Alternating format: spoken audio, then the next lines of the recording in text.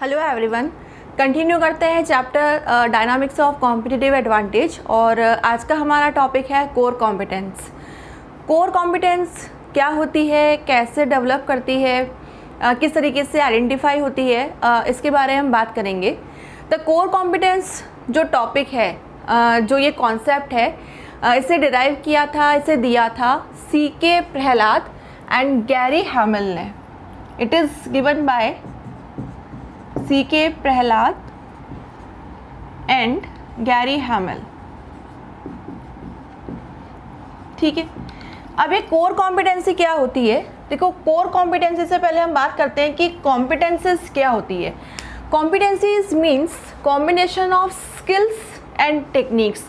हर organisation में, हर person में कुछ ना कुछ स्किल्स होती हैं, कुछ ना कुछ एक्सपीरियंस और नॉलेज होती है, उसे हम उसकी कॉम्पिटेंस बोलते हैं। अब उनमें से कुछ कॉम्पिटेंस को इम्प्रूव करके से इतना ज़्यादा आप उन पे फोकस करो या इम्प्रूव करो जो आपको आपके कॉम्पिटिटर्स के बीच में लीड करवाए, that competencies are called core competencies. Core, ठीक है। तो what is the meaning of core competencies? core competencies is a unique set of skill and expertise। Unique set इसलिए है क्योंकि ये स्ट्रेंथ, ये स्किल्स और एक्सपर्टाइज आपके कॉम्पिटिटर्स के पास में अभी अवेलेबल नहीं है। ठीक है, वो इतना इजीली उसको एक्सेस नहीं कर पा रहे हैं, इसलिए आप मार्केट में उनसे पहले क्या करेंगे, कॉम्पिटिटिव एडवांटेज गेन कर सकते हैं। So these are unique set of skill and expertise which will be use throughout the organization to open up potential markets to be exploited. तो वर्ल्ड वाइड से अपने मार्केट को, अपने product को फैलाने के लिए, अपने मार्केट को बढ़ाने के लिए हम कुछ कॉम्पिटेंसीज को इतना इम्प्रूव करते हैं कि वो हमें क्या दिलाती हैं, मार्केट में एक अलग पहचान दिलाती है, कॉम्पिटिटिव एडवांटेज दिलाती हैं।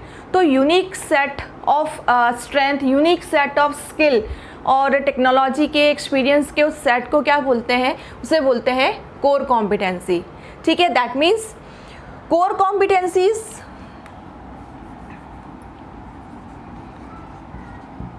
Are capabilities that serve as a source of competitive advantage for a firm over its rival. तो अगर आपके पास में ये कोर कॉम्पिटेंसीज है तो आप अपने राइवल्स को डिफीट कर पाएंगे और क्या गेन कर पाएंगे, कॉम्पिटिटिव एडवांटेज गेन कर पाएंगे। There are some example of core competencies such as technological and managerial know-how, wisdom and experience of your management, your employees that can lead to competitive advantage। तो ultimately ये core competencies वो strength है, वो unique set of skill और technology और experience हैं जो आपको इंडस्ट्री में, जो आपको मार्केट में कॉम्पिटिटिव एडवांटेज लाएगा। ये वो यूनिक स्ट्रेंथ है जो राइवल्स के बीच में आपको लीड करने में हेल्प करेगा। ठीक है, इसको एक प्रैक्टिकल एग्जांपल से समझते हैं। जैसे मैंने कुछ एग्जांपल्स कोट किए हैं, like first example is Patanjali. तो पतंजलि अगर हम कंपेयर करें, हिंदुस्तान यूनिलीवर हो गया या ये उसका कॉम्पिटिटर है, तो इस केस में पतंजलि किस तरीके से लीड कर रहा है, ऐसी क्या कोर कॉम्पिटेंसी है पतंजलि में जिसकी वजह से वो कॉम्पिटिटिव एडवांटेज गेन कर रहा है। So high quality medicine manufactured in house, ये उसकी एक कोर कॉम्पिटेंसी है कि उसकी जो भी हाई वैल्यू मेडिसिन है वो इन हाउस मैन्युफैक्चर करता है। या expert yoga technical knowledge, completely natural products without the side effects. तो ये सारे वो कोर कॉम्पिटेंसीज हैं जो पतंजलि को उसके राइवल्स, उसके कॉम्पिटिटर्स के बीच में कॉम्पिटिटिव एडवांटेज गेन करने में हेल्प करता है। या हम एप्पल की बात करें तो एप्पल का प्रोडक्ट डिज़ाइन प्रोसेस, ये उसकी कोर कॉम्पिटेंस है, क्योंकि एप्पल सबसे पहले न्यू फीचर्स के साथ में अपने जो भी इंस्ट्रूमेंट्स हैं, लाइक फ़ोन है या जो भी डिवाइसेस है, वो लॉन्च करता है, फ्रीक्वेंटली लॉन्च करता है। या हम वॉलमार्ट की बात करें तो वॉलमार्ट का पूरा फोकस उसकी ऑपरेशनल कॉस्ट को कम करने पर होता है। लेस ऑपरेशनल कॉस्ट की वजह से वो अपने प्रोडक्ट के प्राइजेस को दूसरों के कंपैरिजन में कम रख सकता है, दूसरे रिटेल स्टोर्स के कंपैरिजन में उसके प्राइजेस कम होते हैं, वो लेस प्राइस चार्ज करता है। अकॉर्डिंगली लार्ज सेल्स वॉल्यूम पर कम प्राइस, कम प्रॉफिट मार्जिन के साथ भी वो हाई प्रॉफिट जनरेट कर सकता है। तो ये उसकी कोर कॉम्पिटेंसी है कि उसने अपना पूरा फोकस किसके ऊपर कर रखा है, अपनी ऑपरेशनल कॉस्ट को कम करने पर। अकॉर्डिंगली वो इस तरह के मार्केट में क्या कर रहा है, एफएमसीजी मार्केट में क्या कर रहा है, लीड कर रहा है। तो ये कुछ एग्जांपल्स है कोर कॉम्पिटेंसीज के। कोर कॉम्पिटेंसीज सिंपली क्या दिलाती हैं, आपको मार्केट में कॉम्पिटिटिव एडवांटेज दिलाती है। जैसे एक सिंपल सा एग्जांपल और लें कि मान लीजिए एक एरिया है और उस एरिया में छोटे छोटे शॉपकीपर्स हैं, ठीक है। अब वो शॉपकीपर्स में ऐसा क्या यूनिकनेस हो कि वो अपना वो लीड कर सके अपने राइवल्स के बीच में या कॉम्पिटिटिव एडवांटेज गेन कर सके।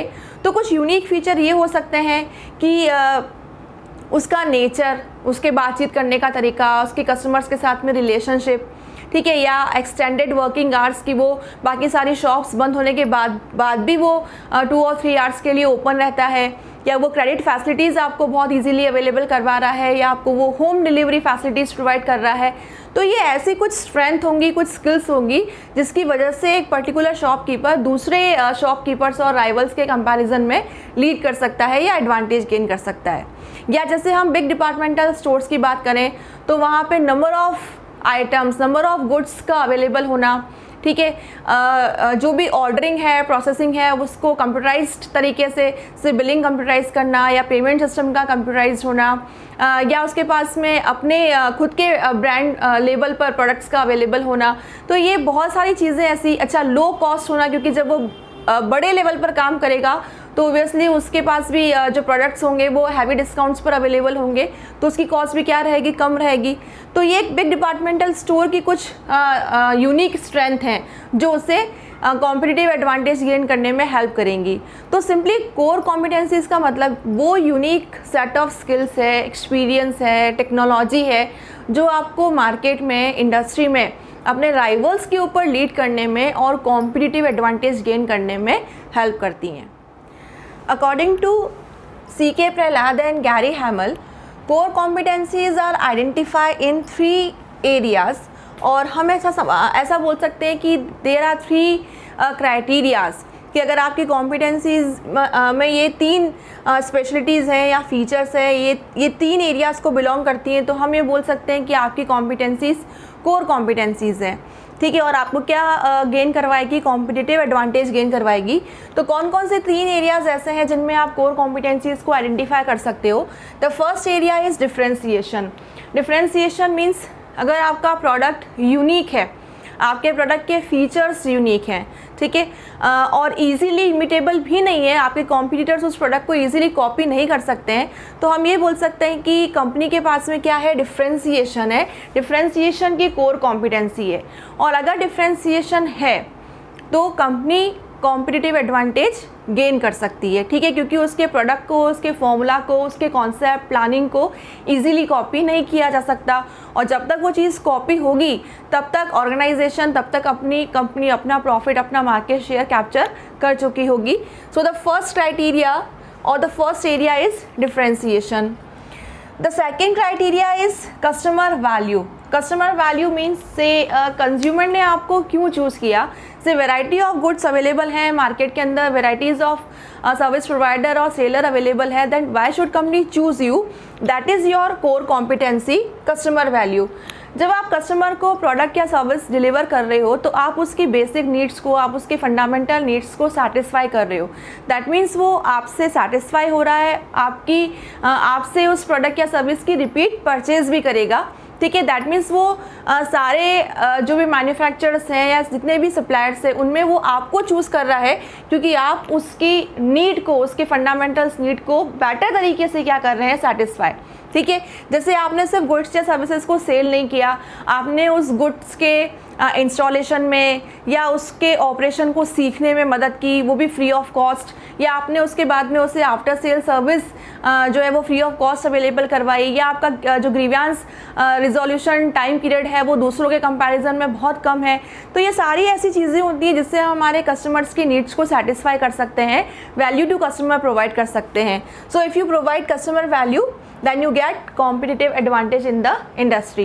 So the second criteria is customer value. The third criteria is application to other market. हमें हमारा मार्केट विजिट करके नहीं रखना होता है कि हम पर्टिकुलर एरिया को ही सर्व करेंगे। अगर आप में इतनी कैपेबिलिटीज़ हैं, इतनी कॉम्पिटेंसीज़ हैं कि आप वर्ल्ड वाइड सर्व कर सकते हो, आप अपने मार्केट को एक्सटेंड कर सकते हो, that means to open a potential market to be exploited, तो हम ये बोलेंगे कि कंपनी की कॉम्पिटेंसीज़ क्या हैं, कोर कॉम्पिटेंसीज़ हैं। ठीक है, तो 3 ऐसे एरियाज़ हैं जहाँ पर हमें क्या देखने को मिलती हैं, कोर कॉम्पिटेंसीज़। दैट मीन्स अगर कंपनी ऑर्गेनाइजेशन के पास डिफ्रेंसिएशन है, कस्टमर वैल्यू प्रोवाइड कर रहा है और इतनी कैपेबिलिटीज़ है कि उसके लिए पोटेंशियल मार्केट्स ओपन है, वो अपने आप को एक्सपांशन कर सकता है, अपना एक्सपांशन कर सकता है, तो हम ये बोलेंगे कि कंपनी की कॉम्पिटेंसीज़ क्या हैं, ऑर्गेनाइजेशन की कॉम्पिटेंसीज़ क्या हैं, कोर कॉम्पिटेंसीज़ हैं। Now the last question is how to build core competencies. इन कोर कॉम्पिटेंसीज़ को हम कैसे बिल्ड कर सकते हैं, कैसे डेवलप कर सकते हैं। So there are 4 specific criteria to sustainable competitive advantage that firm can use to determine those capabilities that are core competencies. Means कौन सी competencies core competencies हैं आपकी, ठीक है, किस तरीके से आप अपनी competencies को core competencies में convert कर सकते हो, develop कर सकते हो और accordingly अपने competitive advantage को sustain कर सकते हो। इसके लिए 4 स्पेसिफिक क्राइटेरियाज गिवन है। दैट मीन्स अगर आपकी कैपेबिलिटीज़, अगर आपकी competencies valuable, rare, costly to imitate और नॉन सब्सटीट्यूटेबल है, तो आपकी कॉम्पिटेंसीज़ कोर कॉम्पिटेंसीज़ हैं और वो आपको क्या दिलाएंगी, कॉम्पिटिटिव एडवांटेज गेन करवाएंगी। ठीक है, so what is the meaning of valuable, rare, costly to imitate and non substitutable, इसकी बात करते हैं। हम कब बोलेंगे कि आपकी कॉम्पिटेंसीज़ वैल्यूएबल हैं, तो वैल्यूएबल कॉम्पिटेंसीज़ हमेशा वो कॉम्पिटेंसीज़ होती हैं जो आपको क्या गेन करवाती है, मार्केट की अपॉर्चुनिटीज़ को एक्सप्लॉइट करने में हेल्प करती है और मार्केट में अगर थ्रेट है तो उससे बचने में, अवॉइड करने में हेल्प करती हैं। ऐसी कैपेबिलिटीज़ को बोलते हैं आपकी वैल्यूएबल कैपेबिलिटीज़। ठीक है, जैसे एक एग्जांपल लेते हैं इसका, वैल्यूएबल का एग्जांपल हम ले सकते हैं कि जो गूगल है उसका HR एक डेटाबेस मैनेजमेंट सिस्टम यूज़ करता है, डेटाबेस मैनेजमेंट सिस्टम यूज़ करता है। ठीक है, ये इसका खुद का डेटाबेस मैनेजमेंट सिस्टम है। इस सिस्टम को वो यूज़ करके अकॉर्डिंगली जिस सिचुएशन में किस तरह की सिचुएशन में किस तरह के पर्सन का या मैनेजमेंट का रिक्रूटमेंट करना है ताकि वो पोजीशन को अकॉर्डिंगली संभाल सके, तो वो क्या करता है, इस डेटाबेस में जो ह्यूमन रिसोर्स का डेटाबेस है उसमें वो जो भी स्पेशलिटीज़ हैं या जो भी कैरेक्टर्स हैं वो फीड करता है और अकॉर्डिंगली उन सारे क्राइटेरियाज़ के बेसिस पर जो भी मैनेजमेंट, जो भी मैनेजर है उसकी जो भी ऑप्शंस है, लाइक 2 और 3 नेम्स जो भी हैं, वो ये सिस्टम सजेस्ट करता है और अकॉर्डिंगली फाइनल इंटरव्यूज़ के बाद में उस मैनेजर को वो पोजीशन दी जाती है। ठीक है, तो ये जो मैनेजमेंट जो इस डेटाबेस सिस्टम ने सेलेक्ट करके दिया है, ये उस सिचुएशन में, उस क्रिटिकल सिचुएशन में या उस तरह की सिचुएशन में वैल्यूएबल गुड्स और सर्विसेज कंज्यूमर को प्रोवाइड करके अपनी कंपनी को सेफ कर सकता है या सरवाइव करवा सकता है। तो ये एक सिस्टम है जो गूगल यूज़ करता है। तो हम बोल सकते हैं कि ये एक ऐसी कॉम्पिटेंस या ऐसी कैपेबिलिटी है जो गूगल एग्जिस्ट करता है, जो उसे क्या दिलाती है, दूसरे कॉम्पिटिटर्स के कंपैरिजन में कॉम्पिटिटिव एडवांटेज गेन करवाती है। So that competency is valuable. Competence के वैल्यूएबल होने के साथ साथ उसका रेयर भी होना ज़रूरी है। जैसे ये गूगल का जो डेटाबेस, HR का जो डेटाबेस मैनेजमेंट सिस्टम है वो रेयरली अवेलेबल है। दैट मीन्स वो और किसी कॉम्पिटिटर के पास में या ऐसा बोल सकते हैं कि इसका और कोई भी कॉम्पिटिटर इस तरह के डेटाबेस मैनेजमेंट सिस्टम को इतने एक्सटेंसिवली यूज़ नहीं करता है फॉर सिलेक्शन ऑफ मैनेजमेंट और सिलेक्शन और रिक्रूटमेंट ऑफ एम्प्लॉय। तो this is also a rare competency. या रेयर के लिए हम और एग्जांपल ले सकते हैं। रेयर का मतलब ये होता है कि आपके कॉम्पिटिटर्स के पास में वो अवेलेबल नहीं होनी चाहिए या फ्यू कॉम्पिटिटर्स ही क्या करते हो, उसको यूज़ करते हो। जैसे हम इसमें पतंजलि का भी एग्जांपल दे सकते हैं। पतंजलि का रिसोर्स, पतंजलि के रिसोर्सेज में जो पतंजलि बाबा रामदेव इटसेल्फ खुद आते हैं, ठीक है। उनका जो योगा को लेकर मेडिसिन को लेकर, आयुर्वेद को लेकर, जो भी उनका टेक्निकल जो नॉलेज है वो एक रेयर कॉम्पिटेंस है, ठीक है, जो फ्यू कॉम्पिटिटर्स ही क्या करते हैं, पजेस करते हैं, यानी इजीली कॉम्पिटिटर्स के पास में जो अवेलेबल नहीं है, जो नॉलेज अवेलेबल नहीं है, जो रिसोर्स अवेलेबल नहीं है, that is called your rare competence. तो अगर आपके पास में जो रिसोर्सेज हैं, आपके पास में जो नॉलेज है वो दूसरों के पास में इजीली अवेलेबल नहीं है या सिर्फ फ्यू कॉम्पिटिटर्स के पास में ही अवेलेबल है, तो हम क्या बोलेंगे, आपकी वो कोर कॉम्पिटेंस क्या है, रेयर कॉम्पिटेंस है, और वो आपको क्या दिलाएगी, competitive advantage. The third capability is costly to imitate. Costly to imitate का मतलब कि आपने कोई प्रोडक्ट डेवलप किया है या कोई फॉर्मूला डेवलप किया है, वो इजीली और क्विकली कॉपी नहीं होता मार्केट के अंदर। जब तक होता है वो इतना टाइम ड्यूरेशन आ जाता है कि ऑर्गेनाइजेशन या कंपनी अपना मार्केट शेयर कैप्चर कर चुकी होती है, अपना प्रॉफिट बुक कर चुकी होती है। तो अगर आप में ऐसी स्पेशलिटी है कि आपका जो प्रोडक्ट है, आपने जो भी डेवलप किया है, आपका फॉर्मूला, आपका प्रोडक्ट, आपकी सर्विस, कुछ भी which is unable to develop or copy easily and quickly, then that is called costly to imitate।